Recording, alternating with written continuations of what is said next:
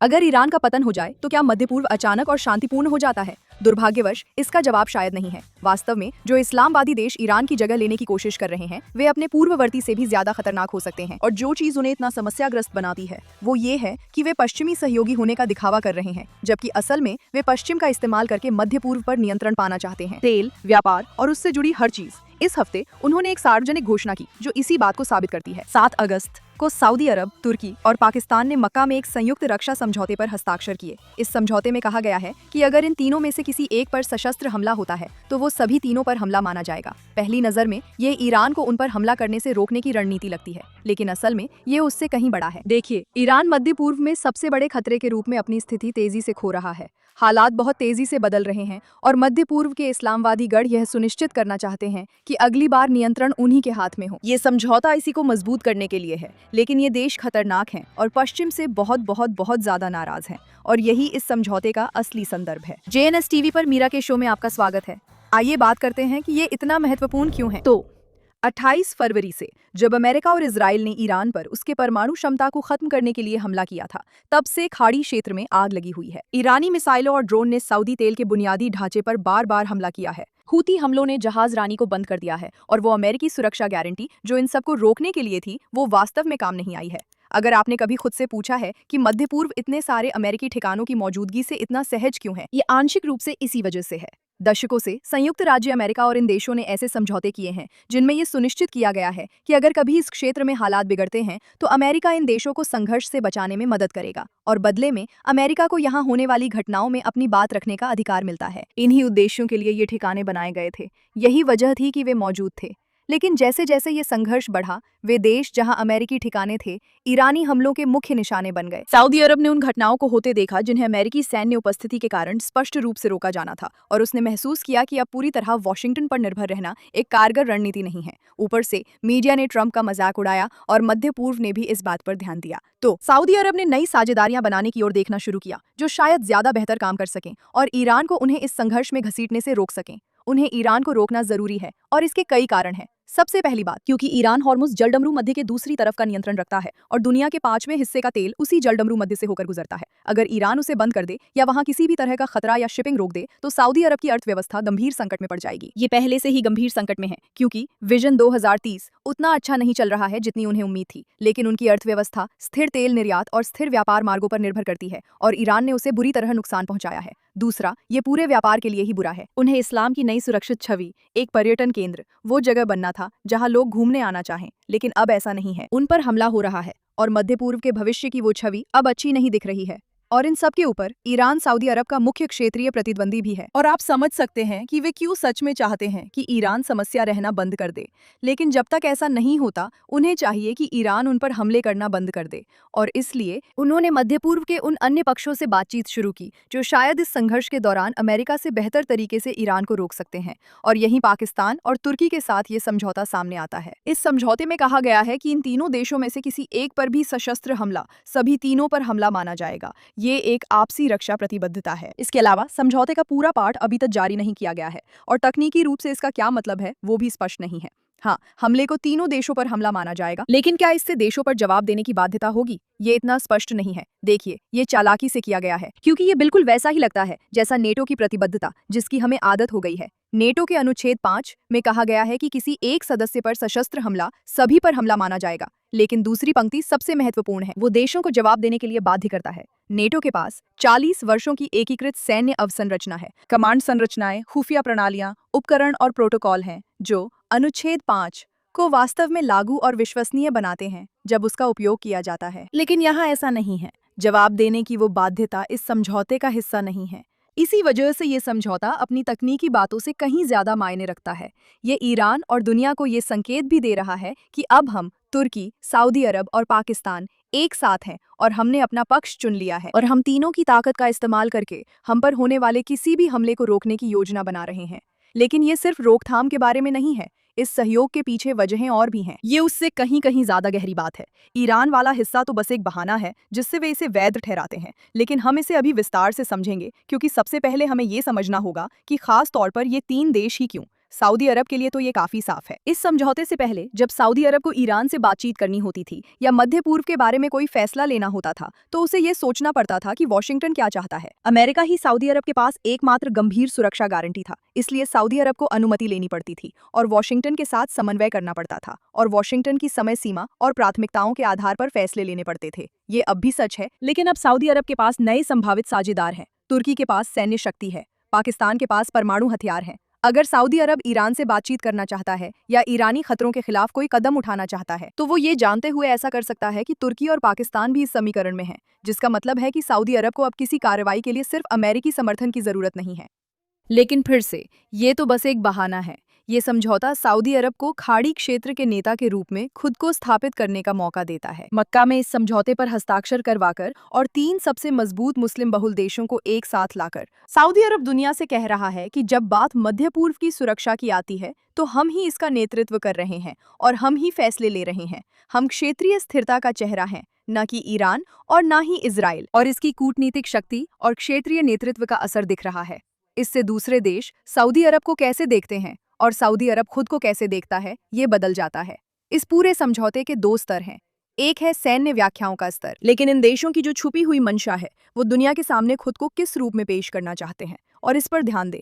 ऐसा नहीं है कि अमेरिका को यहाँ से बाहर किया जा रहा है, बिल्कुल भी नहीं। असल में इसके बहुत सारे सबूत हैं कि अमेरिका ने इस समझौते का समर्थन किया है। ट्रंप और उनकी सरकार एक बात को लेकर बहुत स्पष्ट रहे हैं, संयुक्त राज्य अमेरिका अब और कभी भी मध्य पूर्व के लिए स्थायी सुरक्षा गारंटर नहीं बन सकता और ना ही बनेगा। नई अमेरिकी भूमिका को रणनीतिकार गारंटर के बजाय एक समन्वय कह रहे हैं। इसका मतलब है कि अमेरिका अब तकनीक और खुफिया जानकारी, आर्थिक साझेदारी और कूटनीतिक समर्थन उन क्षेत्रीय शक्तियों को देगा जो अपनी सुरक्षा समस्याओं का खुद समाधान करती हैं। सऊदी अरब की रक्षा के लिए अमेरिकी सैनिकों के बजाय अब सऊदी अरब खुद अपनी रक्षा अमेरिकी हथियारों, अमेरिकी प्रशिक्षण और अमेरिकी समर्थन के साथ करता है। ये एक बहुत ही जोखिम भरी रणनीति है। ट्रंप ने सऊदी अरब के साथ 30 साल की परमाणु सहयोग संधि पर बातचीत की, जो इस शर्त पर थी कि सऊदी अरब इजराइल के साथ संबंध सामान्य करे। यही वो प्रभाव का साधन है जिसकी उन्हें जरूरत है ताकि इस जोखिम को थोड़ा कम किया जा सके। वॉशिंगटन कह रहा है, आप अपनी खुद की सुरक्षा व्यवस्था बनाइए, लेकिन हमारे हितों के अनुरूप ही कीजिए। नेटो में मौजूद हमारे सहयोगी तुर्की के साथ और पाकिस्तान के साथ, जो एक साझेदार है जो ईरान को नियंत्रित करते हैं और क्षेत्र को पश्चिम के साथ जोड़े रखते हैं। अमेरिका चाहता है कि मध्य पूर्व अपने खुद के मुद्दों को सुलझा सके और वो उन समझौतों को आकार देने में मदद करना चाहता है, लेकिन खुद उनमें शामिल नहीं होना चाहता। ये लंबी रणनीति की तलाश में है, ऐसी निर्भरता बना रहा है ताकि उसकी बात सुनी जाए, लेकिन साथ ही स्वतंत्रता भी चाहता है ताकि उसे खुद शामिल होने की जरूरत न पड़े। ये वाकई बहुत खतरनाक खेल है और ये उस खेल जैसा है जो वे इजराइल में भी खेल रहे हैं, और पहली नजर में ये अच्छा लग सकता है। सऊदी अरब अगर ईरान को हरा दे, शानदार, लेकिन अफसोस ऐसा नहीं है, क्योंकि यहाँ जो पार्टनर चुने गए हैं वही दिलचस्प बात है।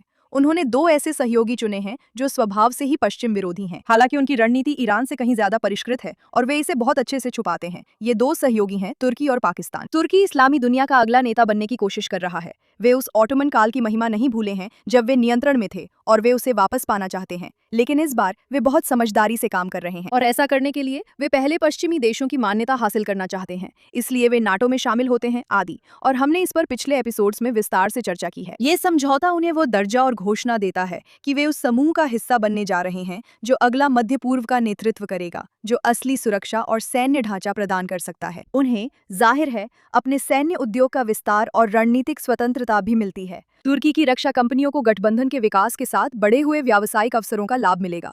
तुर्की को नाटो से अलग एक सैन्य ढांचा बनाने का भी मौका मिलता है जो नाटो की मतदान प्रक्रियाओं से बंधा नहीं है। तुर्की नेटो का सदस्य है और नेटो के 30 अन्य सदस्य भी हैं, तो जब भी तुर्की कोई सैन्य कार्रवाई करना चाहता है या कोई निर्णय लेना चाहता है, उसे उन 30 अन्य सदस्यों से मंजूरी लेनी पड़ती है। उनमें से कई की प्राथमिकताएं तुर्की से अलग हैं। ये समझौता तुर्की को यह अनुमति देता है कि जब भी तुर्की चाहे वो नाटो की मंजूरी के बिना स्वतंत्र रूप से कार्रवाई कर सके। तुर्की को ये बहुत पसंद नहीं है, लेकिन वो इसे छोड़ने के लिए भी तैयार नहीं है, क्योंकि ये उसे उन देशों के साथ गठबंधन देता है जिनसे वो स्वाभाविक रूप से दुश्मनी रखता है। तो वे क्या करते हैं, अगर तुर्की को कोई खतरा दिखता है और उसे प्रतिक्रिया देनी होती है, तुर्की सऊदी अरब और पाकिस्तान के साथ इस समझौते के जरिए ऐसा कर सकता है बिना अपने नाटो सहयोगियों से पहले बातचीत किए। ये दुनिया के लिए बेहद खतरनाक कदम है और ऐसा कदम है जिस पर सभी को ध्यान देना चाहिए। हमने आपको बताया था कि तुर्की एक समस्या है और वे नाटो का इस्तेमाल करने की योजना बना रहे हैं। वे वास्तव में इसका हिस्सा नहीं है और ये उसका सबूत है। तुर्की के पास बहुत ही खतरनाक विचारधाराएं हैं, एक विशाल सेना है और इस्लामवादी विचारधाराओं को सच में फैलाने की क्षमता है, और ये ऐसी बात है जिसे हर किसी को समझना चाहिए। उनका इस समझौते में शामिल होना कोई गलती नहीं है और वैसे ही पाकिस्तान का इसमें शामिल होना भी कोई गलती नहीं है। पाकिस्तान खुद को उभरती हुई मध्य पूर्व की सुरक्षा संरचना में शामिल कर रहा है, जबकि वह एक तरफ चीन का सहयोगी है और दूसरी तरफ अमेरिका का साझेदार भी है। अब पाकिस्तान वॉशिंगटन को ये संकेत दे सकता है कि वह एक गंभीर उपयोगी क्षेत्रीय खिलाड़ी है और इस तरह ट्रंप प्रशासन को अपनी बात सुनने पर राजी कर सकता है, क्योंकि उन्हें पता है कि अमेरिका अपने सहयोगियों से बोझ साझा करने की उम्मीद करता है। ट्रंप चाहते हैं कि उनके सहयोगी अपने खुद के मुद्दे खुद सुलझाएं, न कि हमेशा अमेरिका से हस्तक्षेप की मांग करें। और पाकिस्तान इस समझौते को इस बात के सबूत के तौर पर पेश कर सकता है कि वो ईरान के संदर्भ में सामूहिक क्षेत्रीय निरोधक क्षमता को आगे बढ़ा रहा है। ये उन्हें काफी प्रभाव देता है और साथ ही ये उन्हें वह तर्क भी देता है जिसका इस्तेमाल वे तब कर सकते हैं जब संबंधों में ठंडक आ जाए या जब पाकिस्तान को वॉशिंगटन को ये याद दिलाने की जरूरत हो कि क्षेत्र में उसकी क्या अहमियत है। पाकिस्तान के भी लाखों प्रवासी हैं जो मध्य पूर्व में काम करते हैं और मध्य पूर्व की नौकरियों पर निर्भर हैं। मध्य पूर्व पाकिस्तान के अधिकांश हाइड्रोकार्बन आयात की भी सुविधाजनक आपूर्ति करता है और ये गठबंधन पाकिस्तान को उस समय चर्चा में शामिल होने का मौका देता है जब मध्य पूर्व से जुड़े फैसले लिए जाते हैं। ये पाकिस्तान के आर्थिक हितों की क्षेत्र में रक्षा करता है और एक बार फिर दिखाता है कि अब वे ताकतवर लोगों के साथ दोस्ती करने के मोहताज नहीं है, वे खुद ताकतवर हैं। और मध्य पूर्व के इस्लामवादियों की दुनिया में ताकत ही सबसे जरूरी चीज है, या कम से कम उसकी छवि। हमने तो ये भी नहीं बताया कि पाकिस्तान के पास परमाणु हथियार है। यही वजह है कि सऊदी अरब उन्हें इस समझौते में शामिल करना चाहता है। ये समझौता 3 सबसे ताकतवर मुस्लिम बहुल देशों को एक साथ लाता है। सऊदी अरब, जिसके पास संपत्ति, भौगोलिक स्थिति और इस्लाम के सबसे पवित्र स्थल है। तुर्की, जिसके पास नाटो की दूसरी सबसे बड़ी सेना है और 1 दशक से सीधे सैन्य हस्तक्षेप का अनुभव है, जिससे ये साबित होता है कि वो सच में सैनिक भेज सकता है। और पाकिस्तान, जिसके पास परमाणु हथियार हैं और एक ऐसी सेना है जिसने असल में युद्ध लड़े हैं। साथ मिलकर वे मुस्लिम दुनिया में एक अलग तरह का शक्ति केंद्र बनाते हैं, जैसा पहले कभी नहीं था। अब जब मैंने 3 कहा तो असल में 4 हैं, क्योंकि हमने मिस्र का जिक्र नहीं किया। लेकिन चिंता मत कीजिए, वे भी इस समझौते में शामिल होने की बातचीत कर रहे हैं। ये समझौता ईरान के गिरने की संभावना की छाया में बनाया गया था। ईरानी शासन कमजोर हो गया है, संभवतः अस्थिर है, और अगर चीजें ऐसे ही चलती रहीं या अचानक बहुत बदल गईं, तो मध्य पूर्व की शक्ति संरचना बदलने वाली है। सऊदी अरब उस पल के लिए खुद को तैयार कर रहा है। ये काफी समय से चल रहा है। इसमें शामिल पक्षों के अनुसार ये कोई नई बात नहीं है। पिछले 2 सालों से इस पर बातचीत चल रही है, जिससे ये सवाल उठता है कि अभी क्यों? अगर सऊदी अरब के अमेरिका के साथ परमाणु समझौते पर हस्ताक्षर करने के इस सुविधाजनक समय संयोग को अलग रख दें तो?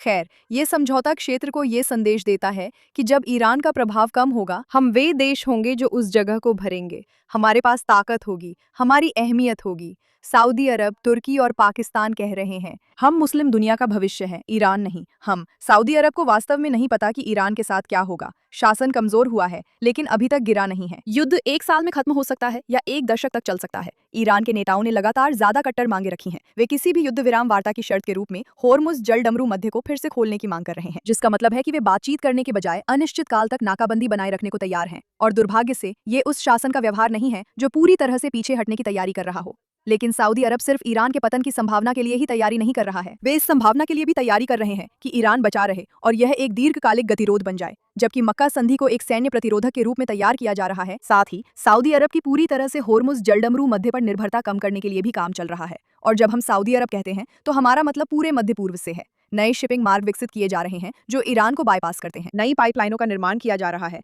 ताकि तेल को जमीन के रास्ते भेजा जा सके, न कि उन चोक पॉइंट से जहां ईरान रोक लगा सकता है। नए आर्थिक गलियारे बनाए जा रहे हैं जो सऊदी अरब को व्यापक दुनिया से जोड़ते हैं, बिना ईरान के नियंत्रित जलमार्गों से गुजरे। वे खुद को सभी विकल्पों के लिए तैयार कर रहे हैं, लेकिन वे किसी एक नतीजे पर दांव नहीं लगा रहे हैं, जिसमें ईरान को रोकने के लिए सैन्य गठबंधन भी शामिल है। अगर ईरान मजबूत बना रहता है, अगर ईरान नियंत्रण में रहता है लेकिन शत्रुतापूर्ण बना रहता है, तो ईरान को बाईपास करने के लिए बुनियादी ढांचे का निर्माण किया जा रहा है। और अगर वास्तव में ईरान गिर जाता है तो सत्ता में आने के लिए नेतृत्व को तैयार किया जा रहा है। सऊदी अरब एक साथ 3 अलग अलग भविष्य बना रहा है। लेकिन भले ही ये सुनने में अच्छा लगे, याद रखिए, ये पश्चिम के दुश्मन हैं जिन्हें मजबूत किया जा रहा है। यह एक नया और अधिक परिष्कृत दुश्मन है जो दिखावे में दोस्त, सहयोगी, पश्चिम के साथ जुड़े हुए हैं, लेकिन असलियत में उससे बहुत दूर हैं। पाकिस्तान के रक्षा मंत्री ने इस समझौते पर हस्ताक्षर करने का इस्तेमाल ईरान के खिलाफ रक्षा की बात करने के लिए नहीं किया। उन्होंने इसका इस्तेमाल सीधे तौर पर इजराइल पर हमला करने के लिए किया। बिल्कुल, उन्होंने इजराइल को अवैध कहा और बाल्फोर घोषणा का उत्पाद बताया और मुसलमानों से इजराइल के खिलाफ एक संयुक्त सैन्य मोर्चा बनाने का आह्वान किया। उन्होंने कहा, जब तक फिलिस्तीनी मुद्दे का स्थायी समाधान नहीं हो जाता, इस्लामी दुनिया को एकजुट होकर उनके खिलाफ खड़ा होना चाहिए। आप देख सकते हैं, इस समझौते का असली चेहरा अब सामने आने लगा है। और बयानबाजी एक बात है, लेकिन उसके बाद जो कार्रवाई होती है वही असल में मायने रखती है, क्योंकि वे वाकई में कोई मजाक नहीं कर रहे हैं। तुर्की के विदेश मंत्रालय ने कहा कि ये समझौता तकनीकी रूप से नेटो के अनुच्छेद 5 के समान है, आपसी रक्षा खंड। उन्होंने कहा कि वे नेटो की तरह मंत्री स्तरीय समितियां बनाएंगे। उन्होंने कहा कि एक महासचिव सऊदी अरब में तैनात होगा। उन्होंने कहा कि मिस्र तकनीकी मुद्दे सुलझने के बाद इसमें शामिल हो सकता है। उन्होंने कहा कि ये समझौता ईरान को निशाना नहीं बना रहा है, लेकिन इसका ध्यान लाल सागर की सुरक्षा और हूती हमलों का मुकाबला करने पर है। हूती बेशक ईरान के अधीन है, वे इसे आगे बढ़ाने पर काम कर रहे हैं। हाँ, ये अभी पूरी तरह लागू नहीं हुआ है, लेकिन यही लक्ष्य है। फिर भी निहितार्थ पर ध्यान दीजिए, क्योंकि वे चाहते हैं कि आप गलत चीजों पर ध्यान दें। पाकिस्तान ये संकेत दे रहा है कि ये समझौता, भले ही इसे रक्षात्मक रूप में पेश किया गया हो, असल में अपने मूल में इजराइल और पश्चिमी देशों के खिलाफ है। दिलचस्प समय है अब जब ट्रंप ने घोषणा की है कि सऊदी अरब को परमाणु क्षमताएं मिलना इस बात पर निर्भर करता है कि वे समझौतों में शामिल होते हैं या नहीं। नहीं, ये कोई दिलचस्प समय नहीं है। तुर्की भी इजराइल या पूरे पश्चिम के प्रति अपने नजरिए को लेकर बिल्कुल भी संकोच नहीं करता। तुर्की एक नेटो सदस्य होने के बावजूद एक सुरक्षा ढांचे के निर्माण में भाग ले रहा है, जो नेटो से स्पष्ट रूप से अलग है और जिसकी अपनी कमांड संरचना और निर्णय लेने की प्रणाली है। मैं इसे बहुत स्पष्ट कर देना चाहती हूँ, पश्चिमी गठबंधन में अब एक ऐसा देश शामिल है जिसने न केवल खुले तौर पर पश्चिम के खिलाफ बोला है, बल्कि वह उन देशों के साथ अलग सैन्य ढांचे भी बना रहा है जो खुले तौर पर खुद को इजराइल के खिलाफ खड़ा कर रहे हैं। और आप सब जानते हैं कि इजराइल का मतलब पश्चिम है। तुर्की दोनों खेमों में एक साथ बैठा है। पाकिस्तान भी यही करता है। वो चीन और अमेरिका दोनों को अपने फायदे के लिए साधता है। और मुझे नहीं लगता कि ये कहना कोई अतिशयोक्ति है कि सऊदी अरब के दोस्त हमें सऊदी अरब के बारे में बहुत कुछ बताते हैं। मेरा मतलब, अगर आप देखना चाहें कि वे किस दिशा में जा रहे हैं, तो बस यूएई के साथ हालिया संघर्ष को देख लीजिए। यूएई ने अपनी दिशा बहुत स्पष्ट कर दी है। उनका पश्चिम, इजराइल से जुड़ाव, उनका समर्थन, और अब सऊदी अरब उनके साथ युद्ध में है। ये हमें वो सब कुछ बता देता है जो हमें जानना चाहिए। ये समझौता किसी को भी कानूनी रूप से कुछ भी करने के लिए बाध्य नहीं करता। इस तरह के समझौतों में वास्तव में संचालन क्षमता विकसित करने में वर्षों लग जाते हैं, लेकिन ये भी बहुत दूर नहीं है। तुर्की के दोनों देशों के साथ पहले से ही सैन्य संबंध है। पाकिस्तान ने सऊदी अरब में हजारों सैनिक तैनात किए हैं। उनके बीच पहले से ही रक्षा संबंध है। इस घोषणा से ये संबंध नहीं बनते, बल्कि ये उन्हें औपचारिक रूप दे रही है और ये संकेत देती है कि ये संबंध आगे बढ़ सकते हैं और बढ़ेंगे अगर ये तीनों देश वास्तव में एकीकृत कमांड संरचनाएं, साझा खुफिया प्रणाली और समन्वित प्रतिक्रिया तंत्र बनाते हैं। तो आप एक ऐसी सैन्य गठबंधन को देख रहे हैं जो अल्पकालिक रूप से स्पष्ट रूप से ईरान विरोधी है, लेकिन दीर्घकालिक रूप से यह स्पष्ट रूप से इजराइल और पश्चिमी प्रभुत्व विरोधी है, जिसकी अगुवाई तुर्की कर रहा है, जो एक साथ नाटो का भी हिस्सा है। यानी यह मामला वाकई बहुत जटिल है। हाँ बिल्कुल, ये पूरी तरह से दिखावटी भी हो सकता है। उनके लिए अपनी ताकत दिखाने का एक तरीका हो सकता है, जबकि वे वास्तव में डरे हुए हैं। ईरान को ताकत का संकेत देने का एक तरीका जिसके पीछे कोई असली आधार नहीं है। लेकिन इस घोषणा का असली मकसद इस बात के निहितार्थ में है कि वे खुद को भविष्य के लिए कैसे तैयार कर रहे हैं। वे जो तकनीकी चीजें कर रहे हैं वो उतनी महत्वपूर्ण नहीं है, जबकि वे सार्वजनिक रूप से मक्का समझौते के असली कारणों की घोषणा नहीं कर रहे हैं।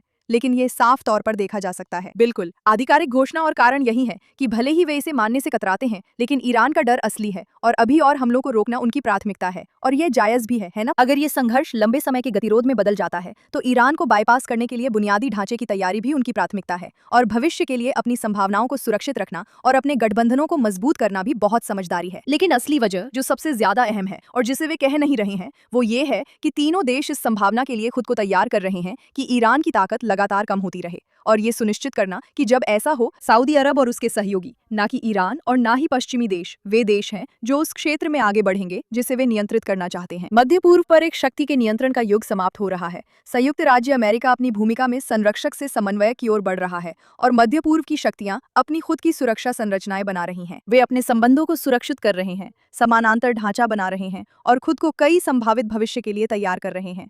क्षेत्रीय शक्तियां बिना किसी एक बाहरी गारंटर पर निर्भर हुए जीना सीख रही हैं, और वे पश्चिमी देशों के साथ काम करेंगे, लेकिन वे चीन के साथ भी काम करेंगे, वे रूस के साथ भी काम करेंगे, वे एक दूसरे के साथ भी काम करेंगे, लेकिन वे इनमें से किसी पर भी पूरी तरह निर्भर नहीं रहेंगे, जो उन्हें एक बहुत ही खतरनाक साझेदार बनाता है। चाहे ये समझौता वास्तव में लागू हो या नहीं, चाहे इसमें असली सैन्य समन्वय शामिल हो या नहीं, चाहे तुर्की की भूमिका नेटो के लिए जटिलता पैदा करे या नहीं, ये वे बातें हैं जिन पर अगले 2 से 3 वर्षों में नजर रखनी होगी। मध्य पूर्व के देश अधिक स्वतंत्रता की ओर बढ़ रहे हैं, लेकिन साथ ही अधिक शक्ति और नियंत्रण की ओर भी। भले ही ये सुनने में अच्छा लगे, लेकिन हमें कभी नहीं भूलना चाहिए कि इसका असली मकसद क्या है, वे क्या मानते हैं, और इस्लामवादियों के रूप में दुनिया में उनका काम क्या है। और भले ही पश्चिमी गठबंधनों ने उन्हें लंबे समय तक फायदा पहुंचाया हो, हम एक ऐसे समय की ओर बढ़ सकते हैं जहां ये अब सच नहीं रहेगा। तो इसका मतलब हमारे जैसे पश्चिमी लोगों के लिए क्या है, जो ये सब होते हुए देख रहे हैं? खैर, ये हमें याद दिलाता है कि इस क्षेत्र में अमेरिका का हस्तक्षेप उतना बेवकूफी भरा विचार नहीं है जितना मीडिया आपको विश्वास दिलाना चाहता है। लेकिन अब मध्य पूर्व में ताकत और प्रतिरोधक क्षमता दिखाने का महत्व सिर्फ ईरान तक सीमित नहीं है, ये भविष्य के बारे में है। और जब ये देश अमेरिकी समर्थन से हटकर अपनी सुरक्षा की ओर बढ़ रहे हैं, तो इजराइल के पास भगवान का साथ है। ये स्पष्ट है कि इजराइल को भी ऐसा ही करना चाहिए और अपनी आंखें पूरी तरह खुली रखनी चाहिए, ताकि वो याद रख सके कि ईरान एक बड़ा खतरा था, लेकिन और भी खतरे हैं। मैं ई रियर के हूँ और अगली बार आपसे फिर मिलूंगी।